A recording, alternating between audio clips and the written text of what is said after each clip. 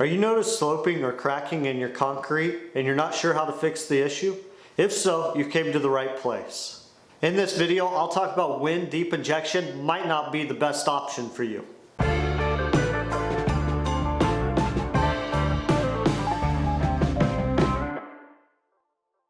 Hi, I'm Nolan, the sales director of AccuLevel. My family's been in the foundation repair business for over 20 years, so I've seen my fair share of foundation issues.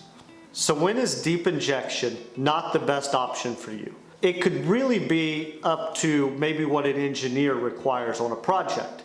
If an engineer specifically cites out a specific process, we may have to follow that. The other time it may not be right for you is if you have a simple piece of sidewalk that's maybe settled. That may be something to where it's cheaper to just simply get replaced. This is a product that costs a little bit more than maybe mud jacking with a limestone slurry mix. But it is also at the same time a process that truly stabilizes the soil a lot deeper, therefore giving you a longer lasting product.